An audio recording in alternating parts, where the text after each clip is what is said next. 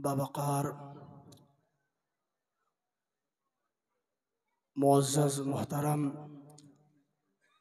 उलमाए किराम, मुअज़्ज़ज़ सामीन इस्लाम, अस्सलामु अलैकुम व रहमतुल्लाहि तआला व बरकातुहू। अलैकुम अस्सलाम व रहमतुल्लाहि तआला व बरकातुहू। अल्हम्दुलिल्लाह अल्हम्दुलिल्लाहिल अज़ीज़िल ग़फ़्फ़ार वस्सलातु वस्सलामु अला नबिय्यिहिल मुख़्तार व अला आलिहि व अस्हाबिहिल अख़यार, अम्मा बअद, फ़अऊज़ु बिल्लाहि मिनश शैतानिर रजीम, बिस्मिल्लाहिर रहमानिर रहीम।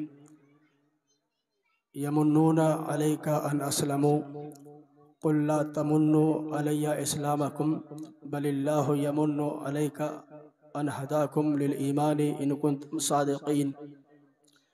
सदक़ल्लाहुल अज़ीम व बल्लग़ना रसूलुहुन नबियुल अमीनुल करीम।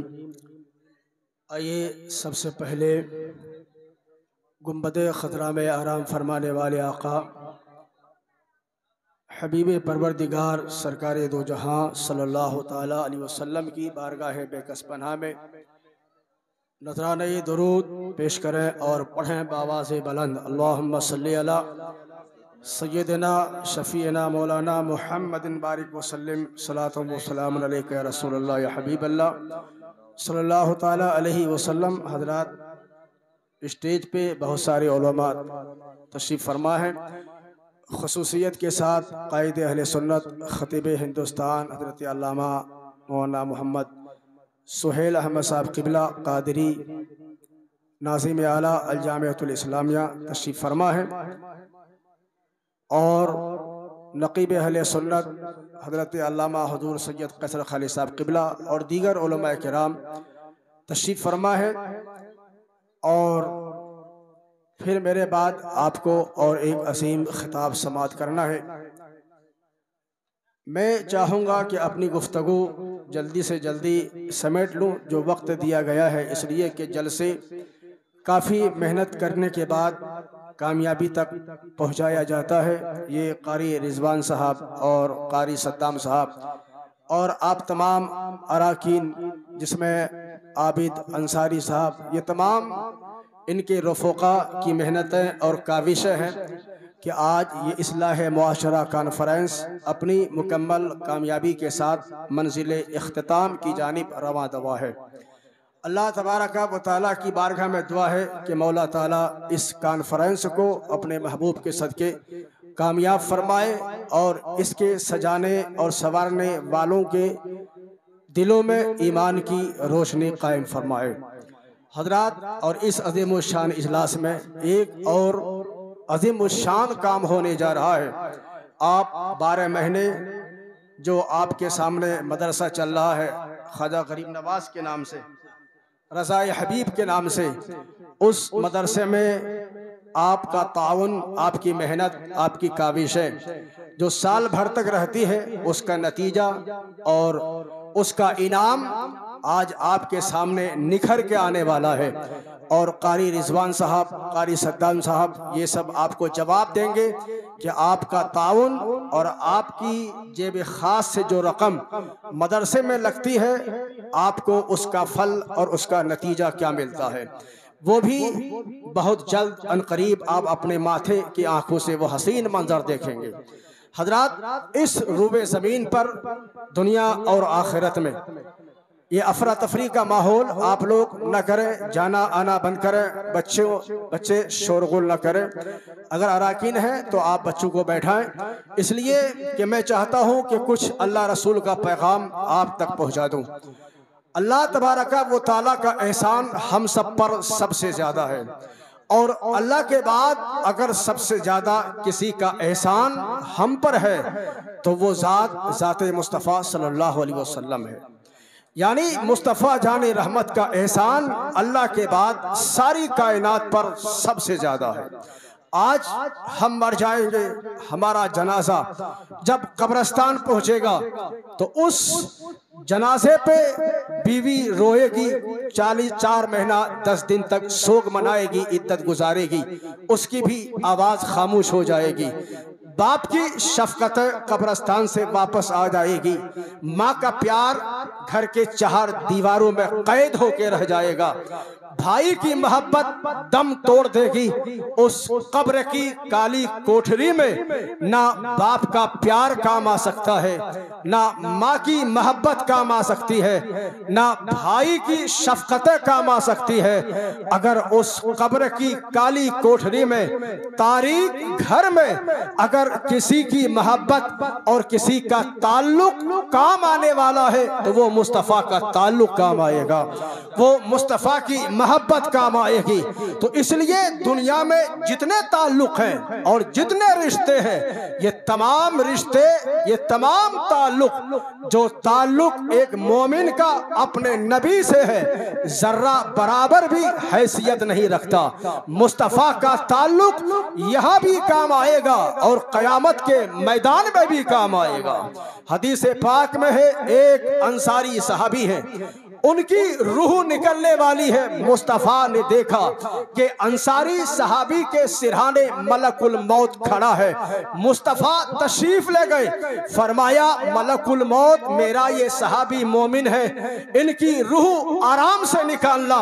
हुजूर को अपनी उम्मत से कितना प्यार है मुस्तफ़ा को कि आका फरमाते हैं मलकुल मौत, इनकी रूह आराम से निकालना, इसलिए कि ये मेरा सहाबी है, ये मेरा गुलाम है, ये मोमिन है।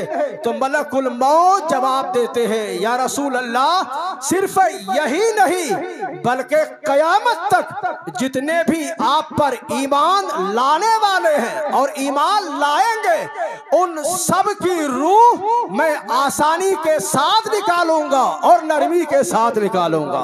ये मुस्तफ़ा जाने रहमत से ताल्लुक का मामला है। इसलिए जब मुस्तफ़ा जाने रहमत से ताल्लुक हो जाएगा, मुस्तफ़ा से निस्बत मजबूत हो जाएगी, मुस्तफ़ा का ताल्लुक यहाँ भी काम आएगा और मैदान महशर में भी काम आएगा।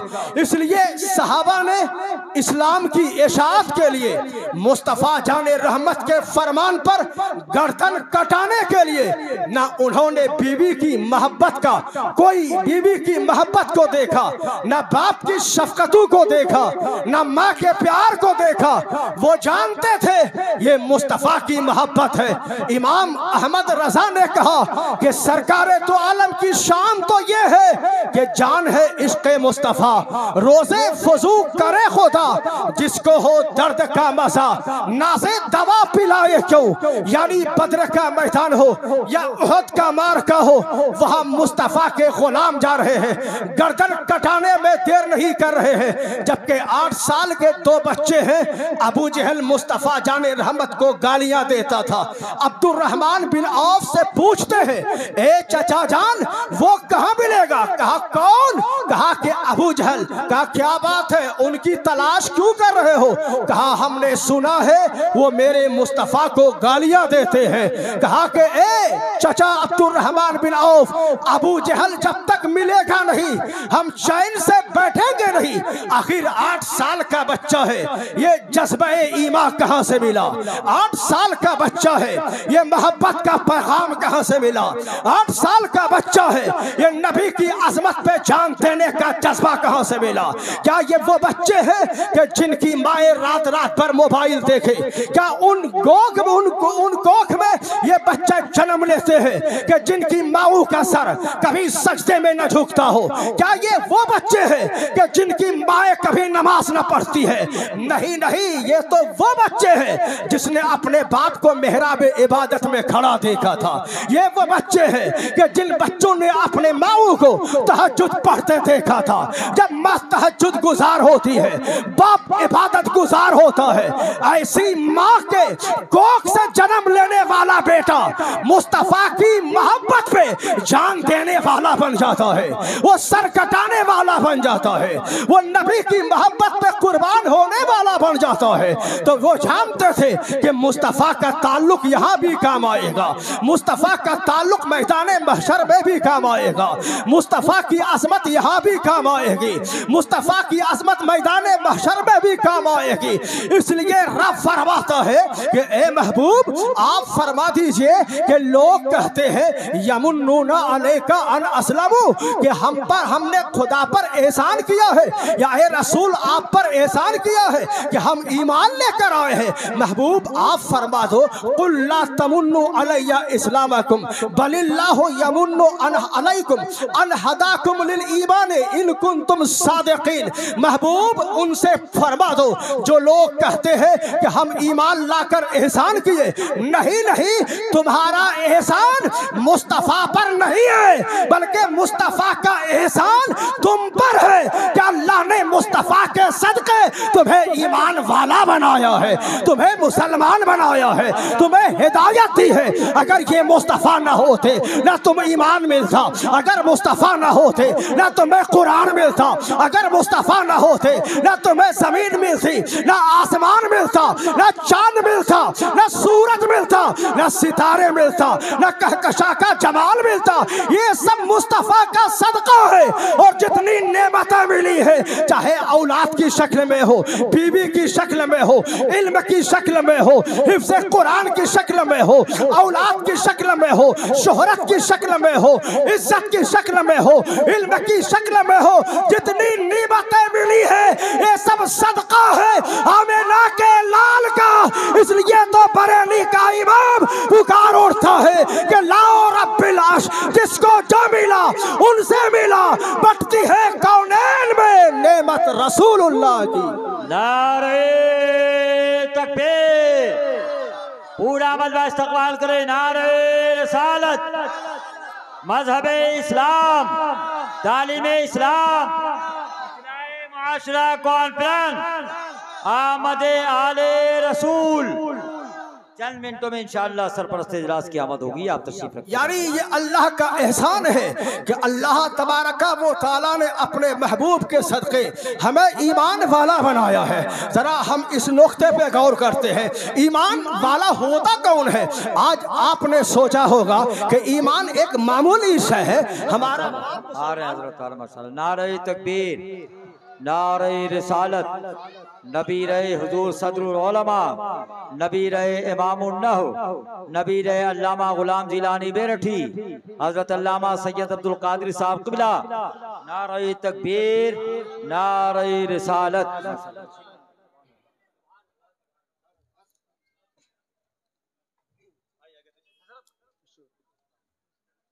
आप हजरात तशरीफ रखें। नबी रहे हुजूर अल्लामा सैयद गुलाम जिलानी मेरठी तशरीफ फरमा है, और उनके साथ साथ मुफ्ती मोहम्मद उमर साहब जो आज के खतीब खुसूसी हैं वो भी तशरीफ फरमा है। और सारा मजमा बैठ जाए, और सारा मजमा बैठ जाए, सारे लोग तशरीफ रखें और इन उलमा किराम का मुक़द्दस चेहरा देखें, इनकी ज़ियारत करें और सवाब दारैन हासिल करें।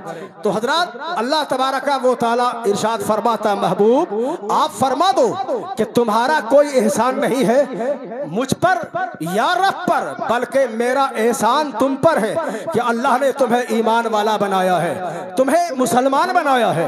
आज हम सोचते हैं कि मेरा बाप मुसलमान, मेरी माँ मुसलमान, मेरा दादा मुसलमान, हम मुसलमान बाप के घर में पैदा हुए, हम मुसलमान हो गए। आज हमें इस्लाम के लिए कोई कुर्बानी नहीं देनी पड़ेगी। नमाज हम न पढ़े हम मुसलमान रहे, रोजा हम न रखें हम मुसलमान रहे, कुरान की तिलावत हम न करें हम मुसलमान रहे। हमारी बेटियां शादी हॉल में जाए, आधा लिबास पहन के जाए, उनका बाजू दिख रहा है, उनका जिस्म चमक रहा है, उनके बाल की स्याही चमक रही है, बाल खुले हैं, वो बारात घर में, वो बारात हॉल में, वो मार्केट में, वो शॉपिंग करने के लिए गैर महरमों के साथ जाती है, वो खल्त मल्त बाजारों में उसका जिस्म टच होता है। क्या फरमाया मुस्तफा ने आज से 1400 साल पहले कि वो बाप दयूस है कि जिस बाप ने अपनी बेटी को बेपर्दगी से नहीं माना, नहीं रोका।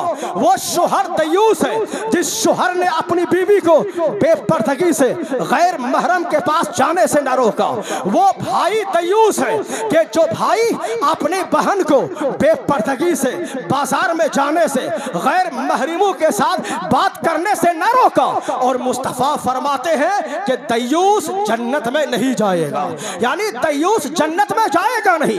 और दयूस कौन है? जो बीवी को गैर महरमों के साथ बाजार से न रोके, जो बीवी को पर्दा का हुक्म न दे, जो बीवी को नमाज का हुक्म न दे, जो बीवी को पाकिज़गी और तहरत की बात न बताए, वो शोहर दयूस है, वो बाप दयूस है, वो भाई दयूस है, और दयूस जन्नत में नहीं जाएगा। तो आज सोचते हैं कि आज वजह यही है कि हमारी बेटियां कॉलेज जाती है, हमारी बेटियां हाई स्कूल जाती है, हमारी बेटियां कोचिंग सेंटर जाती है, कॉलेज में जाकर वो अपना बॉयफ्रेंड बनाती है, मोबाइल चलाकर वो अपना बॉयफ्रेंड बनाती है। आप देखो, एक साल के अंदर देखो, इसी हिंदुस्तान में लाखों बेटियां इस्लाम छोड़ के वो गैर मुस्लिमों के साथ निकाह कर लेती है, गैर मुस्लिमों के साथ उसने शादी रचा ली, उनके इबादत खाने में जाकर उसके और जाकर के उसने इस्लाम को छोड़ दिया, इस्लाम के बारे में बकवास करती है। फिर उसका नतीजा ये होता है, एक साल के बाद वही जालिम शोहर उसको कत्ल कर देता है, वही जालिम आदमी उसको मौत के घाट उतार देता है। ये हमारी बेटियां किस बुनियाद पे बिगड़ी? हमारी बहनें क्यों मुर्तद हो रही है? आज हमारे लोग क्यों मुर्तद हो रहे हैं? क्या आपने नहीं सोचा आपका जवान कहेगा क्या करे? इस्लाम में पाबंदियां बहुत है, इस्लाम में मुश्किलें बहुत है। यहाँ नमाज पढ़नी पड़ेगी, यहाँ ज़कात देनी होगी, यहाँ खैरात करनी पड़ेगी, यहाँ भूखा रहना होगा, यहाँ भूख आ जाए सब्र करना होगा। इस्लाम के पास क्या है? नादान, ये तुम्हारी सोच की कमी है। तुमने इस्लाम की तालीम को न पढ़ा, तुमने मुस्तफ़ा की जिंदगी को न पढ़ा, तुमने पैगंबर आज़म की सीरत को न पढ़ा।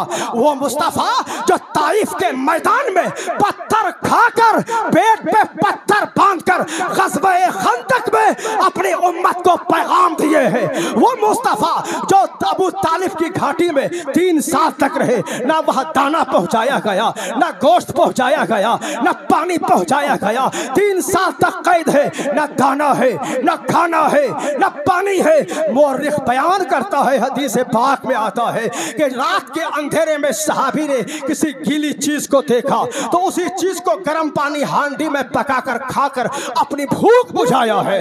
तब जाके इस्लाम फैला है, तब जाके इस्लाम बचाया है, तब जाके मुस्तफ़ा ने इस्लाम फैलाया है। ताइफ के मैदान में मुस्तफ़ा ने पत्थर खाया है, तब इस्लाम फैलाया है। मक्के की गलियों में मुस्तफ़ा पर पत्थर बरसे हैं, तब इस्लाम फैला है। हज़रत अम्मार के जिस्म नाज़नीन पे कोड़े बरसाए गए हैं, तब इस्लाम फैला है। हज़रत खब्बाब है, हज़रत अमीरुल मोमिनीन उमर फारूक फरमाते, खब्बाब जरा इस्लाम की हालत में तकलीफ होने वाली बातों का तज़किरा तो कर। हज़रत खब्बाब है, अर्ज़ करते हैं अमीरुल मोमिनीन मैं क्या तज़किरा करूं, मुझ पे तो इतनी तकलीफ हुई है, कुफ़ार मेरी पीठ पे कोड़े बरसाते थे और जब मुझसे बर्दाश्त नहीं होता था तो मुझ पे जमीन और गरम गरम रेत पे लिटा दिया जाता था, यानी मेरी पुश्त से चर्बी पिघलती थी, उस चर्बी से आग बुझाया जाता था। इतना सुनना था, उमर फारूक की आंख में आंसू आ जाता है। अमीरुल मोमिनीन रोने लगते हैं, खब्बाब का हाथ बोसा देते हैं, पेशानी चूमते हैं और फरमाते हैं खब्बाब तुम्हें मुबारक हो कि तू यहाँ भी खुश रहेगा और मरने के बाद अल्लाह तुम्हें जन्नत अता फरमाएगा। तो इस्लाम पर तकलीफ होने वाली आप चीजों को देखें, सहाबा ने तकलीफ झेली, ताबईन ने तकलीफ झेली। आज अगर हम एक आध टाइम फाका रह जाए, भूखे रह जाए, हम सोचते हैं कि आज इस्लाम जो हमें मुफ्त में मिला है हम सूद का कारोबार करें, मुसलमान है हम रिश्वत खाएं, मुसलमान है। मैं कहूंगा नादान तेरी सोच गलत है। नहीं नहीं, पैगंबर ने फरमाया है कि भूखा रह जाना मगर कभी सूद की रकम न खाना।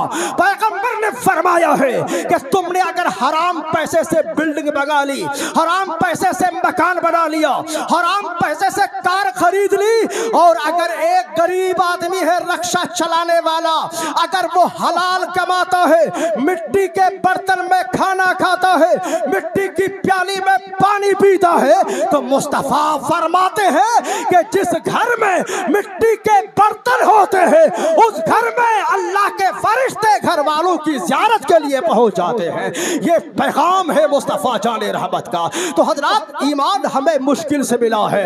हमें आज सोचना चाहिए, चाहे मुश्किलें आए, चाहे परेशानी आए, चाहे दुख आए, हमें इस्लाम पर मजबूती से कायम रहना है। हमें अपनी बेटियों का ईमान बचाना है, हमें अपने बेटों का इस्लाम बचाना है। आज हमारी बेटियां क्यों मुर्तद हो रही है? वजह क्या है? लोग कहते हैं कि नहीं नहीं, ये तो बच्ची है, अभी जा रही है, जाने दो, स्कूल पढ़ने दो, हमारी बेटी डॉक्टर बनेगी, हमारी बेटी इंजीनियर बनेगी, हमारी बेटी मास्टरनी बनेगी, हमारी बेटी पढ़ेगी लिखेगी, फिर कौन को पढ़ाएगी? लेकिन मैं कहता हूँ, सुन, हज़रत जुनैद बगदादी अलैहि रहमत व रिज़वान से किसी ने पूछा था कि हुजूर, अगर एक मर्द एक औरत को पढ़ाए तो कैसा है? तो हज़रत जुनैद बगदादी ने कहा था कि मेरे नजदीक तो ये है कि अगर पढ़ाने वाला बायजीद बस्तामी हो, जो आफताब विलायत के बेमिसाल बेमिसाल आसमान विलायत के बेमिसाल आफताब है, अगर पढ़ाने वाला बायजीद बुस्तामी हो, पढ़ने वाली वक्त की राबिया बसरिया हो, और जिस जगह पढ़ाई जाए वो जगह हरम शरीफ हो, और जिस किताब को पढ़ाया जाए वो किताब कुरान मुक़द्दस हो। अल्लाह अकबर! इतना एहतियात किया है हमारे बुजुर्गों ने, लेकिन आज हमारे पास तालीम कहाँ है कि हम जुनैद बगदादी की कहानी बताएं? हमारे पास तालीम कहाँ है हम अपनी बेटियों को हज़रत सुमैया की कहानी बताएं? वो सुमैया जो हज़रत अम्मार की माँ है, हज़रत यासिर की बीवी है। कुफ़ार मक्का ने कहा था कि सुमैया, तू मुस्तफ़ा का कलमा पढ़ना छोड़ दे वरना तेरी गर्दन काट दी जाएगी। हज़रत सुमैया ने कहा था, नादान, तेरी सोच गलत है, गर्दन कट जाएगी मगर मुस्तफ़ा का कलमा पढ़ना नहीं छोड़ोगी। कुफ़ार मक्का ने कहा था, सुमैया देख, तेरे सामने तेरा जवान बेटा है, सुमैया देख, तेरे सामने तेरा शोहर यासिर है, अगर तू नहीं कलमा पढ़ना छोड़ेगी तुझे बरहना करके तुझे यहाँ पे बरहना किया जाएगा, तेरे बेटे के सामने, तेरे शोहर के सामने। आते सुमैया ने कहा कि तू हमारे जिस्म को सूली पे चढ़ा सकता है मगर हमारे दिल से मोहब्बत मुस्तफ़ा निकाल नहीं सकता है, हमारी रूह से ईमान के जज्बा को नहीं निकाल सकता है।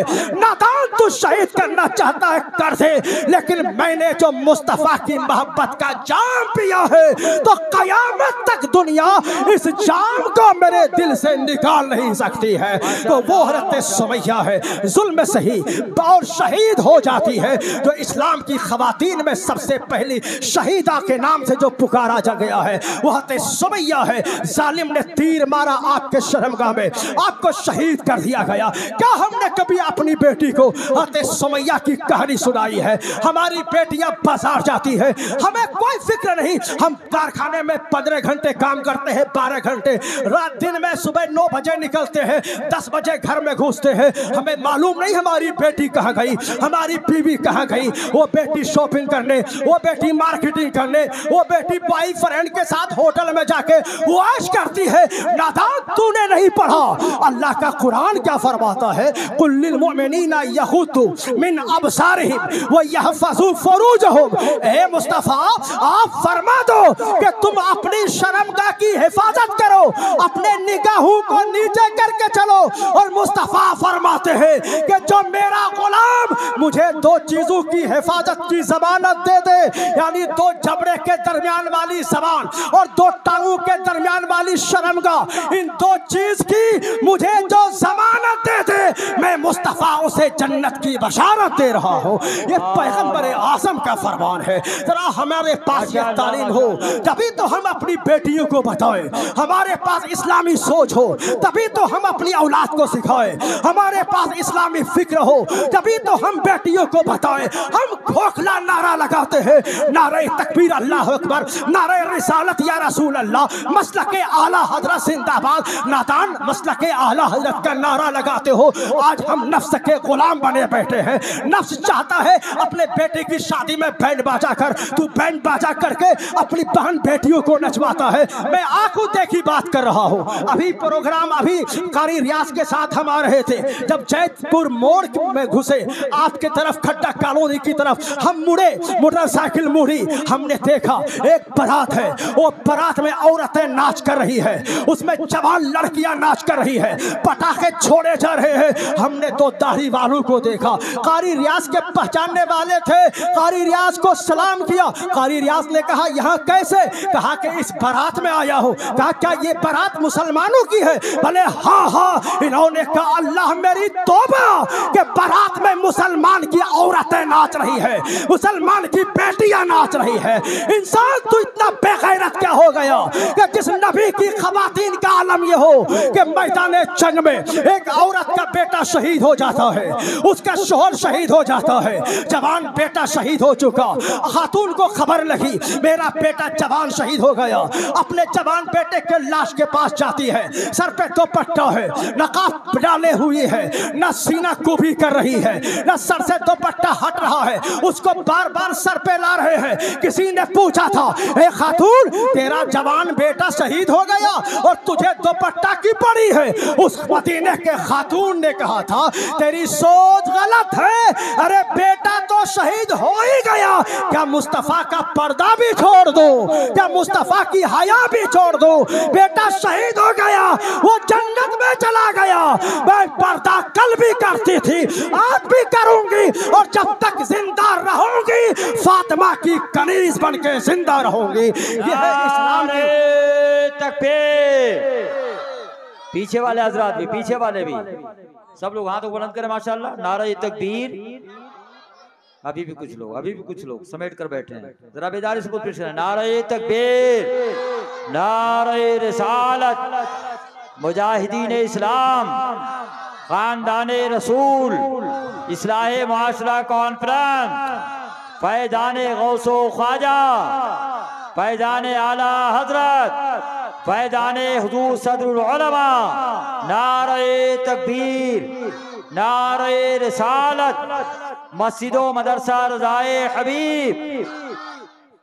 तो जिस पैगंबर आज़म की बेटियां मदीने में खवातीन इस्लाम की खवातीन रहकर पर्दे का इतना एहतराम करे, जब माँ ऐसी होगी तो ऐसी माँ की गोद से पैदा होने वाला बेटा मुजाहिद इस्लाम तो होगा ही, शहीद तो होगा ही। लेकिन जो माएँ और जो बहनें, जो बेटियां रात रात भर मोबाइल देखे और जब उनकी बेटियां भाग जाती है, बिगड़ जाती है, तो फिर अल्लामा सोहेल साहब के पास, कारी रिजवान साहब के पास, कारी सद्दाम साहब के पास, इन उलमा के पास आएंगे मेरी बेटी भाग गई, मेरा बेटा बिगड़ गया, आप तावीज़ दे दीजिए। नादान ये हमारी कमी है, जब पानी सर से ऊंचा हो गया, बेटी हमारी घर से निकल गई, बेटा गलत माहौल में पहुंच गया, अब तेरी आंखें खुली है कि बेटी हमारी कैसे वापस आएगी, बेटा हमारा कैसे फरमाबरदार होगा। ये तो तुझे पहले से ही सोचना था कि हम बेटी को बचपन से फातिमा की कहानी, हज़रत सुमैया का दर्दनाक वाक़या, हज़रत अम्मार का दास्तान, हज़रत बिलाल पर होने वाले मज़ालिम का वाक़या, मुस्तफ़ा जाने रहमत पर बरसने वाले पत्थरों का वाक़या हम सुनाते रहे। काश अगर हम बेटियों को कॉलेज के बजाय अल्लामा सोहेल के मदरसे में भेजते, वहाँ जो उस मदरसे में लड़कियों को तालीम दी जाती है, वहाँ आपकी बेटियाँ जाके अगर कानून शरीयत पढ़ ली होती, अगर बहारे शरीयत पढ़ ली होती, अगर कुरान का तर्जमा कंजुल ईमान पढ़ ली होती, अगर निज़ामे शरीयत पढ़ ली होती, तो आपकी बेटियां अगर कॉलेज जाती या हाई स्कूल जाती या यूनिवर्सिटी में पढ़ने जाती, या फेसबुक में कोई कहता गैर मुस्लिम कि आज तू मेरे जाल में आ जा, मुझसे प्यार कर ले, मुझसे निकाह कर ले, तू गरीब मुसलमान की बेटी है, तुझे तेरा गरीब बाप क्या देगा? आ मेरे पास हवेली है, आ मेरे पास बिल्डिंग है, अब मेरे पास लग्जरी कार है, मेरे से शादी करेगी, मैं तुझे कश्मीर की सैर कराऊंगा, मैं तुझे गोवा का शहर दिखाऊंगा, मैं तुझे कभी दुबई घुमाने ले जाऊंगा, मेरे पास नौकरों की कमी नहीं है, खुदाम मेरे पास है, जिंदगी ऐश की गुजरेगी। वो मुसलमान की बेटी कहती नादान तेरी लग्जरी कार तुम्हें मुबारक हो, तेरा बंगला तुझे मुबारक हो, तेरी हवेली तुझे मुबारक हो, मुझे तेरा बंगला नहीं चाहिए, मुस्तफा का ईमान चाहिए। इसलिए कि उस मुस्तफा ने हमें ईमान दिया है कि जिस मुस्तफा ने ये गारंटी ली है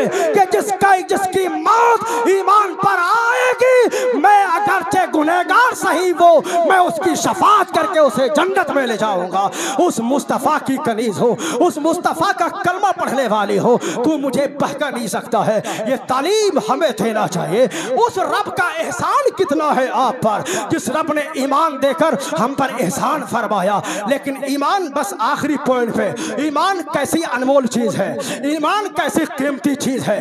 अल्लाह ने हमें सोने के लिए रात दिया, अल्लाह ने जमीन बनाई, अल्लाह ने आसमान बनाया, मगर इस जमीन की पैदाइश पर, आसमान की पैदाइश पर अल्लाह ने एहसान नहीं जताया। अल्लाह ने यह नहीं कहा अलम नजअलिल अर्दा मिहादा, हमने जमीन बनाया तुम पर एहसान किया। ए बंदा, हमने रात बनाया तुम पर एहसान किया, हमने तुम्हें नींद दी तुम पर एहसान किया, हमने तुम्हें बीवी दी तुम पर एहसान किया।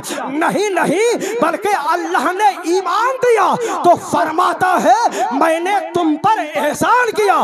तो पता चला दुनिया की सारी दौलत एक तरफ और ईमान मुस्तफा एक तरफ। एक मुसलमान अपनी जान, अपनी आबरू, अपनी इज्जत, अपनी आजमत, अपनी शोहरत, अपना कमाल, अपना जमाल सब कुछ कुर्बान कर सकता है नाले पाके मुस्तफा पर, नाले ने मुस्तफा पर। तभी तो अल्लामा इकबाल ने कहा था कि या रसूल अल्लाह, या हबीब अल्लाह, दर दिले मकाम मुस्तफा, या रसूल अल्लाह, मुसलमानों के दिल में मकाम मुस्तफा का मतलब ये है कि एक मुसलमान नामे मुस्तफा पर अपनी जान दे सकता है, नामे मुस्तफा पर अपनी कुर्बानी दे सकता है। अरे जब नामे मुस्तफा की शान ये है तो फिर जाते मुस्तफा का मकाम कितना बुलंद होगा, आपका मकाम कितना बुलंद होगा। तो दोस्तों हमें चाहिए हम ईमान की हिफाजत करें, अपने बच्चों का ईमान बचाने की फिक्र करें,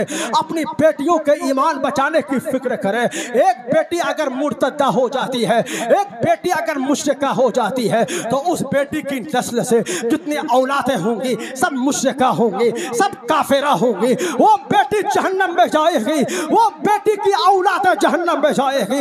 इसलिए कि रब फरमाता है मैं गुनाह कितना भी बड़ा हो बख्श दूंगा, मगर शिर्क और कुफ्र को माफ नहीं करूंगा, उसको जन्नत नहीं दूंगा, वो जहन्नम में हमेशा रहेगा। इसलिए लोगों, मेरे आका का जो हम पर एहसान है, हम आका करीम के उस एहसान को माने कि जिस नबी के रहमत ने, हजरत आयशा फरमाती है कि हुजूर ठंडक का महीना था, ठंडक का मौसम था, रात का सन्नाटा था, मुस्तफ़ा आए और मेरे लिहाफ में अंदर दाखिल हो गए और फिर कुछ देर के बाद फरमाते आयशा मैं चाहता हूँ कि अल्लाह की इबादत कर लो। मैंने कहा या रसूल अल्लाह आपको इजाजत है, आप जा सकते हैं। मुस्तफ़ा लिहाफ से बाहर निकले, आपने ठंडक के महीने में ठंडे पानी से वजू किया, मुस्तफ़ा का सर सजदे में है। आयशा फरमाती है कहते बिलाल ने नमाज फजर के लिए अज़ान दी है, तब मुस्तफ़ा का सर सजदे से उठा है। तो मैंने देखा कि दाढ़ी के मुस्तफ़ा भीग गई है आंसुओं से मुस्तफ़ा की। तो लोगों, जो पैगंबर हमारे लिए अगर बिजली कड़के तो दुआ के लिए हाथ उठ जाए, अगर बादल गरजे दुआ के लिए हाथ उठ जाए, और मैदान महशर में तो ये होगा। हुजूर फरमाते हैं कि क़यामत के दिन सारे अंबिया के मिंबर खुदाबंद कुद्दूस की बारगाह में और अल्लाह तबारक व तआला के अर्श के इर्द गिर्द लगे होंगे, और एक नूर का मिंबर खाली होगा, सारे मिंबर पे अंबिया बैठे होंगे, लेकिन जिस मिंबर पे मैं होऊंगा वो मिंबर खाली होगा, मैं नहीं बैठूंगा। अल्लाह फरमाएगा महबूब तू क्यों नहीं बैठता? मैं कहूंगा मौला मैं इसलिए नहीं बैठता हूँ कि तू अगर मुझे जन्नत में भेजेगा, अगर मैं पहले जन्नत में चला गया मेरी सारी उम्मत परेशान फिरती रहेगी, मेरी सारी उम्मत दर दर की ठोकरें खाएगी। मौला जब तक मेरी उम्मत मेरे साथ जन्नत में जाएगी नहीं, मैं अकेला जन्नत में जाऊंगा नहीं। तभी तो अल्लामा इकबाल ने कहा कि ताज्जुब की जाए कि फिरदौस आला बनाए खुदा, बुझाए मोहम्मद तमाशा तो देखो कि दोज़ख की आतिश बुझाए जलाए खुदा, बुझाए मोहम्मद। नारे तकबीर, माशाअल्लाह खतीब खुसूसी की आमद हो रही, इस्तकबाल करें। नारे तकबीर, नारे रिसालत। अल्लामा मुफ्ती उमर रज़ा खान साहब कबीला मसूदी बहराइची खतीब खुसूसी, नारे तकबीर। नारे रिसालत अल्लामा अफसार कादरी। तशरीफ रखें, आप हजरात तशरीफ रखें। और खतीब खुसूसी की तशरीफ आवरी हो गई, स्टेज पे तशरीफ फरमा है, इनके चेहरे की ज़ियारत करें। और बस 1-2 मिनट में मैं अपनी बात ख़त्म कर रहा हूँ। तो हुजूर क्या इरशाद फरमाते, अल्लाह फरमाएगा महबूब क्यों नहीं बैठते मिंबर पे, तो हुजूर अर्ज़ करेंगे मौला मैं उस वक्त तक नहीं बैठूंगा जब तक कि मेरी सारी उम्मत मेरे साथ जन्नत में जाए। तो अल्लाह फरमाएगा महबूब आज तेरी उम्मत का फैसला वही होगा जो तेरी चाहत होगी, जो तू चाहेगा वही तेरी उम्मत का फैसला होगा। तो मुस्तफा फरमाते हैं मैं कहूंगा कि मौला जब तक मेरा एक भी कलमा पढ़ने वाला अगर जहन्नम में होगा जब तक मैं उसको निकाल कर जन्नत में लेके चला नहीं जाऊंगा, मैं राजी नहीं हो सकता। ये मुस्तफा है यानी कब्र में है तब हमें याद कर रहे हैं। इसलिए दोस्तों हमें चाहिए हम पैगंबर मुस्तफा के फरामीन पर अमल करें। हुजूर ने बहुत पहले कहा था सबअतुन युज़िल्लुहुमुल्लाहु तआला फी ज़िल्लिही यौम ला ज़िल्ला इल्ला ज़िल्लहु। हुजूर फरमाते हैं 7 लोगों को क़यामत के दिन अर्श का साया नसीब होगा।